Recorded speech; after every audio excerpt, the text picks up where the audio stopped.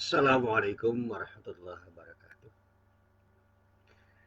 Alhamdulillahilladzi arsala rasulahu bil huda wa dinil haqq yurahu ala dini kullih wa kafa billahi syahida. Asyhadu an la ilaha illallah wahdahu la syarika lah wa asyhadu anna Muhammadan abduhu wa rasuluh. Allahumma salli wa sallim ala nabiyyina Muhammad wa ala alihi wa sahbihi wa man wala amma ba'd. Para jamaah yang dirahmati Allah, alhamdulillah pagi ini kita bisa bertemu lagi dan kita selalu harap mudah-mudahan pertemuan kita benar-benar menjadi pertemuan yang mendapatkan ridho dari Allah, menjadi pertemuan yang bermanfaat untuk kepentingan kita dan kepentingan akhirat kita. Amin ya rabbal alamin. Para jamaah yang dirahmati Allah, saya selalu mengingatkan pada diri saya sendiri dan kepada para jamaah sekalian bahwa dakwah Islam itu tidak selalu mulus. Dalam istilah teman-teman, kita tidak selalu berjalan di karpet merah, kita tidak selalu berjalan di jalan tol, kita tidak selalu berjalan yang bebas hambatan. Bahkan dalam banyak hal, kita itu harus berjalan di jalan yang berliku, di jalan yang mendaki, jalan yang penuh dengan onak dan duri, di jalan yang penuh hambatan. Dan hambatan dakwah itu bukan hanya jadi pada diri umat Islam sendiri yang memang ditengarai masih cukup harus banyak berbuat sesuatu yang baik karena kelemahan internal, tetapi juga sesuatu yang kadang berasal dari luar orang itu sendiri. Meskipun harus tahu bahwa keberislaman itu tidak harus difahami sebagai sesuatu yang pada saatnya pasti akan memberikan terhadap Islam. Jika keberislaman itu tidak dilakukan dengan ketulusan, dengan keikhlasan hati. Saya sering mengatakan begini, ada orang yang berislamalitas. Mereka mengaku Islam karena secara formal memang dinyatakan beragama. Bahkan ada orang-orang statusnya itu adalah orang penting di dalam dakwah Islam, tetapi mereka itu memerankan diri sebagai orang yang justru menghambat Islam karena perilaku, termasuk apa yang disebutkan oleh Al-Quran, kelompok orang munafik yang pada mengganggu musik dakwah itu kapan dimanapun dakwah itu dijalankan. Nah, para jamaah yang Allah, berkaitan perkembangan zaman, para ulama itu menyatakan begini, bahwa sepanjang zaman Rasulullah SAW tidak pernah memberikan kekuasaan atau dalam bahasa yang lain mengamanahkan untuk memegang urusan masyarakat kepada siapapun kecuali orang yang terbaik, orang-orang yang paling memahami makna kekuasaan, dan pula yang dilakukan oleh para khalifah yang beritibak pada Rasulullah SAW. Jadi para pemimpin Islam yang beritibak, yang mencontoh, yang meneladani Rasulullah pun akan selalu menyerahkan kepemimpinan itu pada orang-orang yang terbaik, orang-orang yang pahami amanah kepemimpinan itu. Jadi seharusnya difahami masyarakat Muslim. Yang Islam itu seharusnya mengarahkan kepemimpinan mereka itu kepada orang-orang yang baik, orang-orang yang paling mengerti kepemimpinan, sehingga diharapkan mereka menjadi pemimpin yang terbaik yang akan bertanggung jawab kepada rakyatnya dan utamanya kepada Allah Subhanahu wa taala, karena kepemimpinan itu adalah sebuah amanah yang harus dipertanggungjawabkan secara horizontal kepada rakyat dan secara vertikal ke Subhanahu wa taala. Nah, para jamaah dari Allah, saya membaca sebuah riwayat yang berasal dari Ziyad bin Hudair, mengatakan bahwa Umar bin Khattab itu pernah berkata pada dirinya, dikatakan ternyata Umar itu bertanya begini, tentang yahdimul Islam, siapa orang yang menghancurkan Islam? Qala qultu Ziyad bin Hudair itu berkata,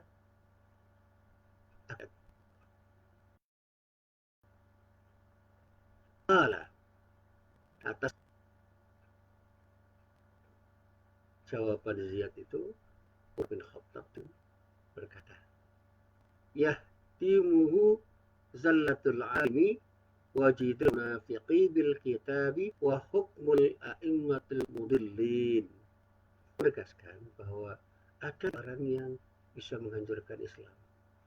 Itu penyimpangan tergelincirnya orang alim. Yang kedua, tentang orang munafik dengan Al-Quran. Dan yang ketiga, hukum putusan para pemimpin yang menyesatkan. Para jamaah inilah yang dari Sunan At-Tirmidzi, yang disusun Imam ini dari Ziyad bin Hudair. Itu halaman 3, hadisnya hadis nomor 114. Para jamaah yang dirahmati Allah, 3 kelompok orang ulama yang memberikan syarat secara sendiri bisa jadi mereka itu akan menjadi orang-orang yang menghalangi dakwah Islam. Apalagi ketika mereka bersekutu, sudah tentu akan mengakibatkan rusaknya Islam, utamanya terhambatnya dakwah Islam yang tidak mudah untuk dihadapi. Jadi ketika orang-orang alim, baca ulama itu sudah melakukan penyimpangan dan sudah tidak amanah lagi untuk menjadi seorang yang tahu dan mengamal ilmunya. Kemudian orang-orang munafik itu dengan piawai bisa berargumentasi dengan Al-Quran yang dia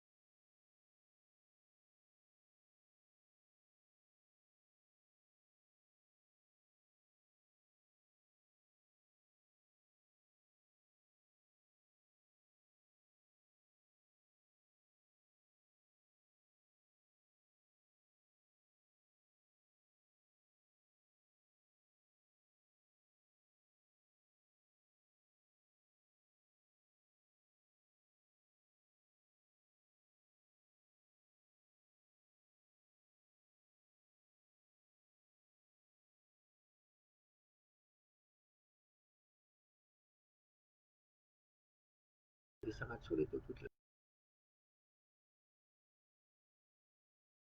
mengamalkan Islam siapapun. Karena adalah orang-orang yang ini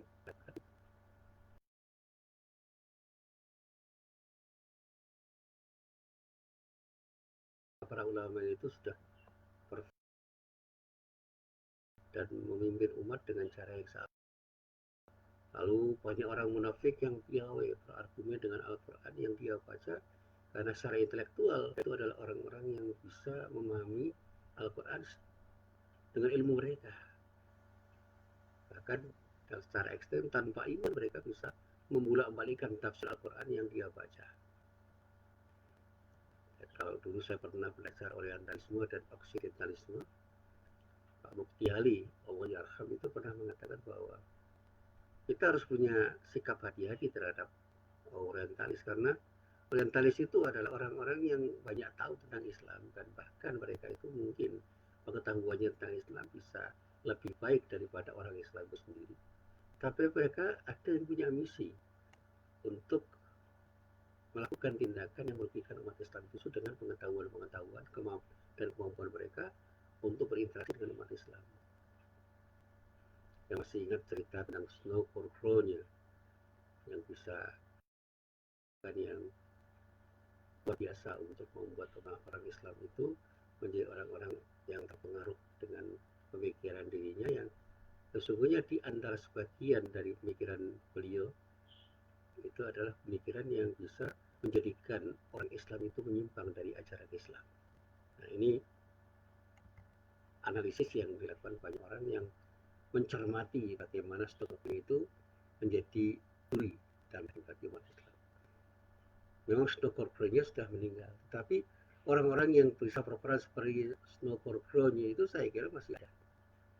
Dan mereka itu bisa jadi punya label Islam, tetapi sesungguhnya mereka itu punya rencana untuk menghancurkan umat Islam. Dan inilah yang harus kita pahami. Ada sekian banyak orang yang seharusnya berperan sebagai suluh umat seperti para ulama, para mubaligh, para ustadz yang karena kepentingan dunia mereka justru melakukan penyimpangan-penyimpangan yang pada saatnya justru akan mengakibatkan orang Islam itu menjadi tidak terpandu dengan baik dan benar. Ada sejumlah orang munafik yang berkarya dengan karya-karya ilmiahnya yang luar biasa dan bahkan bisa berceramah di mana-mana untuk menyesatkan umat Islam dengan tafsir Al-Quran yang tidak bertanggung jawab, tafsir yang terkait tafsir yang menyimpang dari apa yang seharusnya difahami dari Al-Quran itu. Dan kita juga bisa melihat bagaimana keputusan atau kemudian para pemimpin yang akan tertentu, kelompok tertentu yang pada saatnya justru karena apa? Keputusan yang menyesatkan. Dan ini yang dikatakan oleh kepada Ziyad itu menegaskan ada 3 kelompok orang yang akan bisa mengajar itu para ulama, ketika orang munafik itu dengan piawai Al-Quran, dan ketika para pemimpin itu membuat keputusan yang menyesatkan. Nah, para jamaah yang dirahmati Allah, ketika mereka itu masing-masing itu melakukan tindakan yang betul-betul masif, tindakan yang betul-betul terarah, terstruktur, tersistematisasi dengan baik, saya yakin pengaruhnya sangat besar dan bisa saja mereka itu bersemangat untuk mengalami akan dirumuskan orang banyak. Seringkali membayangkan renung dengan renungan yang agak akan merumuskan orang banyak. Dan betapa pula mereka yang sudah bersekongkol itu punya persekongkolan jahat itu disponsori anti-Islam dan didukung media anti-Islam, termasuk juga terarah seperti yang dilakukan mereka. Seperti apa bahayanya untuk kepentingan dakwah Islam, luar biasa. Ini terjadi atau belum, kita harus waspada. Apakah media itu ada yang sudah memiliki peran untuk menyerang dan menghambat dakwah Islam? Apakah ada sponsor-sponsor yang memang punya kepentingan untuk memakan Islam? Dan apakah sudah ada para ulama, pion-pion, para ilmu yang menjadi pion-pion mereka, dan para pemimpin pion-pion mereka. Jadi mereka itu disebut sebagai pion-pion karena apa? Mereka digerakkan oleh dalang-dalang jadi bos yang memang punya rencana untuk menghancurkan dakwah Islam. Pertama ulama, kedua intelektual, yang ketiga para pemimpin atau yang disebut dengan umara. Ketika ulama dan umara itu sudah bersatu, kemudian didukung oleh para ilmuwan di berbagai bidang pengetahuan dan bidang keilmuan yang mereka tekuni, dan kemudian bersekutu untuk bersama-sama menghancurkan Islam dengan cara mereka karena disponsori oleh orang-orang yang punya power, apalagi punya uang, dan kemudian didukung oleh media-media anti-Islam. Wah, bahayanya luar biasa. Dan sekarang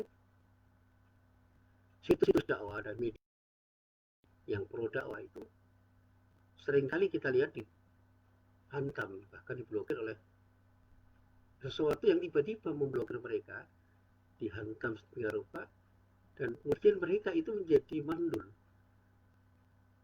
Upaya-upaya untuk mengimbangi apa yang dilakukan oleh media-media yang anti-Islam itu menjadi mandul, apalagi didukung oleh bahasa-bahasa yang terus melakukan tindakan dan provokasi untuk melemahkan dakwah Islam. Wah, saya kira ini sesuatu yang sangat menyakitkan bagi umat Islam. Dan apakah ini sudah terjadi, saya tidak tahu. Jadi saya cuma merenung, andai kata sekarang ini ada sejumlah cara untuk membungkam suara Islam dengan cara yang luar biasa, dan kemudian suara Islam itu terbelenggu karena mereka lebih kuat, maka bisa dibayangkan kebetulan itu akan menjadi sesuatu yang sulit untuk kita eksperimentasikan, untuk kita wujudkan di dalam kehidupan nyata. Yang dirahmati Allah, ketika membaca ayat Al-Quran, satu saat saya mencoba merenung ketika membaca surat As-Saff ayat 8. Di dalam ayat itu Allah berfirman, A'udzubillahi minasyaitonirrajim. Yuriduna liyutfi'u nurallahi bi afwahihim. Allahu mutimmu nurihi walau karihal kafirun. Mereka itu ingin memadamkan cahaya Allah dengan mulut atau tipu daya mereka. Artinya Allah sudah mendengar ada kelompok orang yang punya keinginan nur Allah, cahaya Allah, dakwah Allah, Islam yang disyariatkan oleh Allah dengan cara apapun mereka melakukan. Tapi Allah menjamin Allah akan menyempurnakan cahayanya walaupun orang-orang kafir itu membencinya. Ini jaminan dari Allah. Kemudian Rasulullah juga bersabda terkait dengan persoalan ini.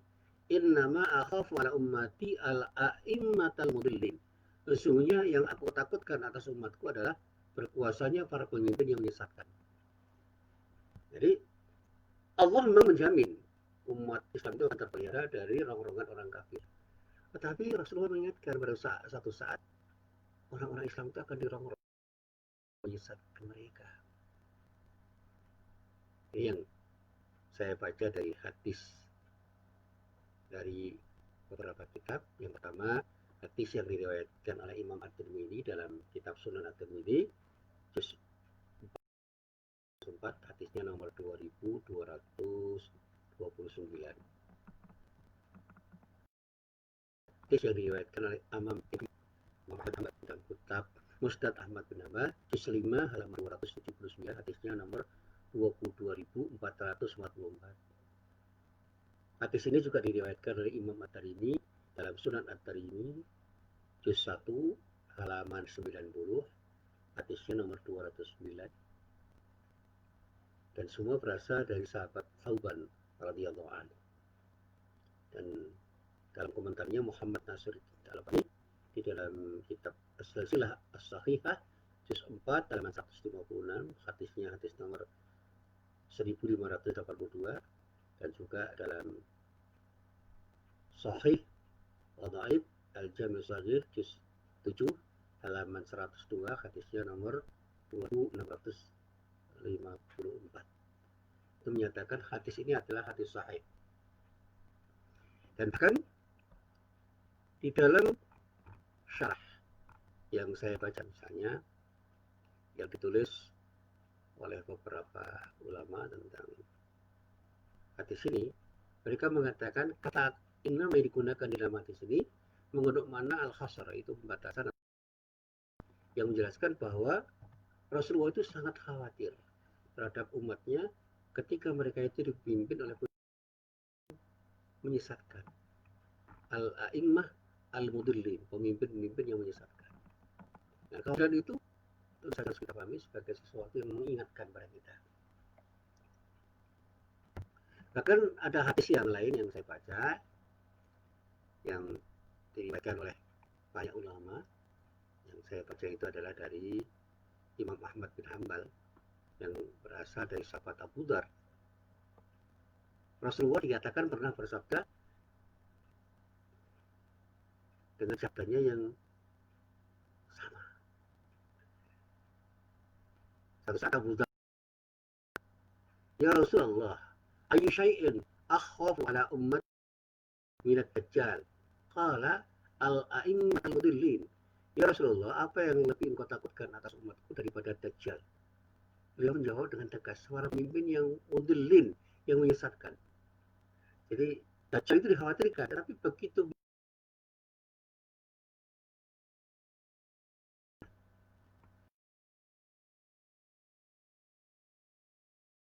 para pemimpin yang menyesatkan yang ada di disebut ahli ibadah. Yang syariat Allah terus alim.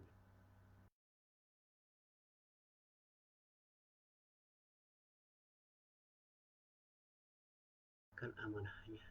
Sehingga hak rakyat itu terlepas karena tindakan mereka. Sehingga yang diterapkan di dalam sebuah kepemimpinan mereka itu bukan hukum Allah, tapi hukum-hukum yang justru berseberangan dengan hukum-hukum Allah. Nah, bahkan di dalam syarah yang saya baca, para ulama yang disebut sebagai ulama yang menyesatkan itu adalah mereka yang menyembunyikan ilmu dan mengubah kebenaran. Suka mengakali dalil untuk kepentingan syahwat atau kepentingan para pemimpin yang memang mengendalikan mereka.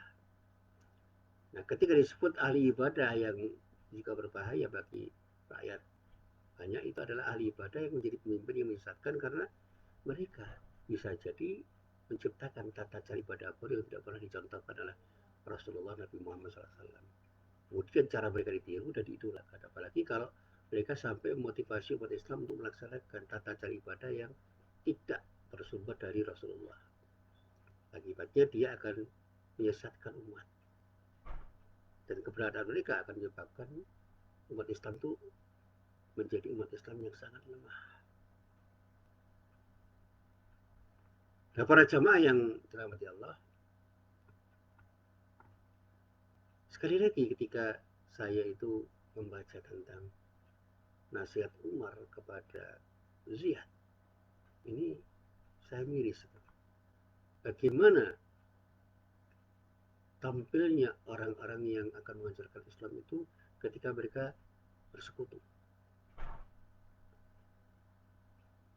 Ketika para ulama sudah menyimpang, ketika orang munafik itu sudah berdalil dengan Al-Quran, ketika para pemimpin itu punya aturan-aturan yang menyesatkan, wah, ini luar biasa ini.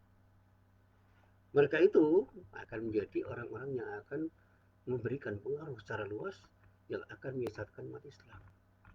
Dan pada saatnya mereka itu akan menjadi kelompok yang akan melemahkan posisi umat Islam dari waktu ke waktu, dan umat Islam tidak akan berdaya untuk melawan dominasi mereka karena mereka punya power yang luar biasa. Di samping mereka itu secara keilmuan baik, punya power, kekuasaan, kadang-kadang mereka itu didukung oleh orang-orang yang memang memberikan dukungan kuat, baik secara moral maupun material. Apalagi didukung oleh media-media yang sangat bisa mempengaruhi opini banyak orang. Nah, para jamaah yang dirahmati Allah, untuk menutup kajian saya pada pagi hari ini, saya katakan, jika kita mau jujur untuk menimbang kepemimpinan yang ada saat ini, rasa-rasanya sudah ada sesuatu yang mengisyaratkan adanya sesuatu yang perlu kita waspadai. Hati si atas itu mengingatkan. Dan kalau pemimpin dan penguasa itu sudah tidak bersikap amanah, fantadrisah, tunggu saat kehancuran. Urusan-urusan yang seharusnya itu bisa mereka jalankan dengan baik akan jungkir balik menjadi urusan-urusan yang akan memberikan dampak negatif pada masyarakat. Akibatnya apa? Ya, justru yang akan memimpin itu adalah orang-orang yang seharusnya tidak memimpin. Akan ada mubalik yang sangat keras mengatakan sekarang ini banyak pembohong yang dipercaya, orang jujur yang didustakan, pengkhianat yang diberi amanat, orang yang terpercaya yang dikhianati dan didustakan, orang bodoh yang dibiarkan bahkan bisa jadi difasilitasi untuk. Sementara itu orang-orang yang alim itu dikurung, dilarang untuk berbicara. Dan inilah yang saya katakan, kondisi seperti ini persis dengan apa yang dinyatakan Rasulullah, asyratis ilmu wa yathbutal jahlu. Di antara tanda-tanda kiamat ialah ilmu itu diangkat dan tersebarkan. Jadi ketika ilmu itu diangkat, artinya ilmu itu lenyap dari ilmu itu semakin meningkat, istilah saat kehancuran akan terjadi. Ini sebuah hadis yang diriwayatkan oleh Imam Bukhari dan Imam Muslim dari Anas bin Malik. Sekali lagi saya berharap mudah-mudahan Allah memberikan hidayah kepada mereka yang seharusnya berperan dengan baik untuk kepentingan umat itu, yaitu para ulama yang seharusnya menjadi suluh bagi masyarakat, kemudian orang-orang yang ahli dalam bidang Al-Quran yang bisa mengatakan sesuatu dengan benar dari Al-Quran yang dia baca, dan para pemimpin yang bersikap amanah sehingga mereka memimpin rakyatnya itu dengan kepemimpinan yang benar, dan insya Allah ketika mereka bersekutu mereka itu akan jadi orang-orang yang akan menjadikan masyarakat itu akan terpimpin dengan baik. Dan marilah kita bermohon kepada Allah, mudah-mudahan kita itu senantiasa mendapatkan sesuatu yang terbaik dari Allah, dan orang-orang yang sementara ini lupa kepada Allah akan segera ingat, mereka akan segera menjadi orang yang bersikap amanah, orang-orang yang mengasihi rakyatnya, tidak suka bermewah-mewah dengan kehidupan dunia, menegakkan kebenaran, dan betul-betul menghancurkan kebatilan, mencintai syariat Allah, dan mereka adalah orang-orang yang kemudian menjadikan mereka itu menjadi orang-orang yang menjadi pemandu rakyat yang memang memerlukan panduan mereka. Mudah-mudahan kita segera diberi pemimpin yang cerdas, berwawasan luas, bersikap bijak, dan betul-betul berakhlakul karimah, sehingga insya Allah kita akan jadi kelompok orang yang akan menjadi orang-orang yang di samping bermanfaat untuk diri kita, juga bermanfaat untuk orang lain dan mendapatkan ridha dari Allah Subhanahu wa Ta'ala. Inilah harapan saya sebagai orang kecil. Mudah-mudahan harapan ini benar-benar terwujud karena Allah ridho terhadap doa-doa yang kita pantunkan dan kemudian mengabulkan doa kita, dan pada saatnya kita akan diberi sesuatu yang terbaik dari Allah dan Allah ridho. Assalamualaikum warahmatullahi wabarakatuh.